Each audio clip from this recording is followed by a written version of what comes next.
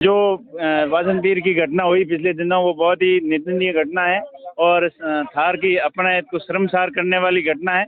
इस घटना का पूरे क्षेत्रवासी निंदा कर रहे हैं कि प्रशासन अगर सजग होता तो ये घटना नहीं होती और समय रहते जो आज तत्परता दिखा रहे हैं कानून व्यवस्था की, वो तत्परता जब दिखाने की जरूरत थी उस समय वो तत्परता दिखाते हुए धारा 163 वहाँ लगाते तो शांति व्यवस्था कायम रहती, तो ये इतनी बड़ी घटना नहीं होती। और वो प्रशासन की पूरी विफलता के कारण ही ये घटना घटित हुई है। और उसके बाद में जो वहाँ के स्थानीय लोगों को उकसाने के लिए बाहर से लोग आए और वहाँ पर 3-4 दिन तक जमावड़ा रहा और उनको खूब भड़काने की कोशिश की और उसकी वजह से वहाँ स्थितियाँ और ज़्यादा खराब हुई। और उसके बाद में जो लोगों के अंदर भय का स्थिति बनी हुई थी उसके लिए भाईचारा अपनायत की पहचान रखते हुए और भाईचारा कायम करने के हिसाब से हम पूरे लोग थार के वासी यहाँ आए हैं। और अभी माननीय हरीश जी ने बताया विस्तृत रूप से कि हमने रामधुन के माध्यम से अपना भाईचारा और अपना जो सदियों से अपनायत चली आ रही थी उस अपनायत को कायम रखने के लिए और आगे आने वाले समय में भी ये अपनायत कायम रहे, इसके लिए एक संदेश देने के लिए सभी लोग आए हैं। और एमपी को जैसलमेर में घुसने नहीं दिया गया, क्या कहेंगे? नहीं, ऐसी कोई बात नहीं थी घुसने को। तो अभी इन जो सत्ता पक्ष के दबाव के अंदर जो प्रशासन काम कर रहा है ये बिल्कुल गलत है और ये बिल्कुल घटना निंदनीय है, क्योंकि ये कानून व्यवस्था सबके लिए बराबर है, ना क्योंकि सत्ता पक्ष के लिए अलग कानून व्यवस्था हो और विपक्ष के लिए अलग हो, ये बिल्कुल नहीं चलेगा। और देश कानून से चलेगा, देश संविधान से चलेगा और हम संविधान के अंदर विश्वास रखते हैं। हम चाहते तो अभी प्रशासन हमारे सामने कुछ नहीं था, लेकिन हम कानून व्यवस्था तोड़ना नहीं चाहते। कानून के अंदर, संविधान के अंदर हमारा विश्वास है और हम लोग आए हैं तो उन लोगों से, गांव वालों से मिल के जाएंगे। बिल्कुल, ये विधानसभा में भी उठेगा, संसद के अंदर की उठेगा।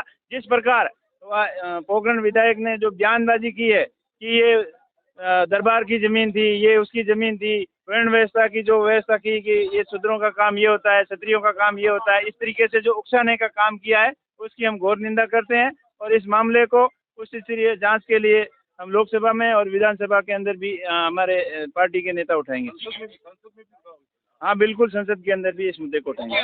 हम इस शांतिपुर एरिया हमारा रहा है और इस एरिया के अंदर शांति रहे, यहाँ धर्म के नाम पर कोई राजनीति न हो और कुछ लोग अपनी राजनीतिक जमीन तलाशने के लिए इधर उधर भटक रहे हैं और इस मुद्दे को हाईलाइट करने की कोशिश जो की है उनकी कोशिश कभी वार्ड में जैसलमेर की जनता उनकी मंशा को पूरा नहीं होने देगी। जैसलमेर की जनता बहुत समझदार है। कुछ नेता कह रहे थे कि यहाँ भोले भाले लोग समझते नहीं है, अगर ऐसा बिल्कुल नहीं है। यहाँ की जनता बिल्कुल समझदार है और समझदारी से काम लेगी। जिस प्रकार थार का भाईचारा अपनाए रही है वही अपनाए आगे कायम रहेगी, यही संदेश लेके हम लोगों के बीच में आए। बिल्कुल, उनसे मिल के आएंगे, उनसे जाके आएंगे और उनसे बातचीत करेंगे, क्या तकलीफ हुई थी, क्या घटना थी, उसकी पूरी तहकीकात करेंगे और इसकी उस स्थिति जांच भी करवाएंगे। दोनों पक्षों में शांति बनी रहे, इसके लिए सामने वाला जो दूसरा पक्ष है उसकी बातचीत करेंगे। हम तो शुरुआत में शांति की अपील करते हैं और आगे भी हमारा प्रयास रहेगा कि अपना बातचीत के माध्यम से इस जो मुद्दे का समाधान हो। और मुद्दा ये नहीं था, मुद्दा क्रिएट किया गया।